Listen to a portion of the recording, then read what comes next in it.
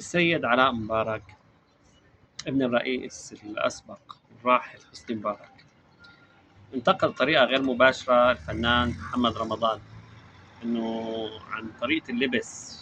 طبعا مو بس لمحمد رمضان، لكل الممثلين اللي على أساس عم بيتبعوا حرية شخصية. طبعا كان حكي السيد علاء واضح إنه الحرية الشخصية بالبيت، شو ما بدك بالبيت البس.